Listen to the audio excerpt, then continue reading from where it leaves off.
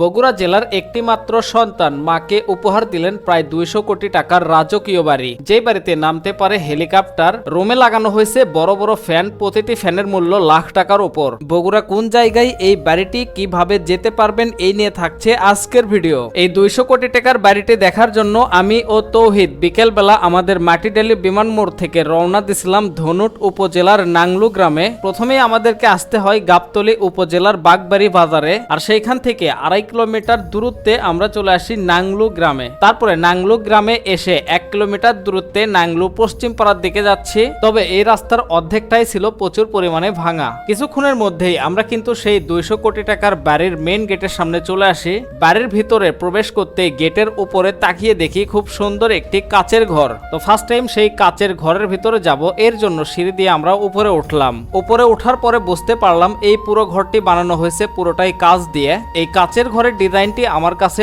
অনেক বেশি ভালো লেগেছে। আপনার কাছে কেমন লেগেছে তা অবশ্যই কমেন্ট করে জানাবেন। কাচের ঘর দেখা শেষ করে এবারে আমরা যাচ্ছি সেই 200 কোটি টাকার বাড়ির দিকে। এই বাড়ির দ্বিতীয় তলায় ওঠার সময় একটা জিনিস খেয়াল করলাম, নেই কোনো দুই পাশের সিঁড়ি। তবে এই কাজটি করা হয়েছে মূলত কার কিংবা মাইক্রো উপরে ওঠানোর জন্য। এই বাড়িটির আসল মালিকের নাম হলো সারোয়ার, যিনি মূলত একজন প্রবাসী। তার মায়ের খুব স্বপ্ন ছিল তাদের গ্রামে খুব সুন্দর একটি তাদের বাড়ি হবে। সেই স্বপ্নটাকে সত্যি করতে পেরেছেন সারোয়ার।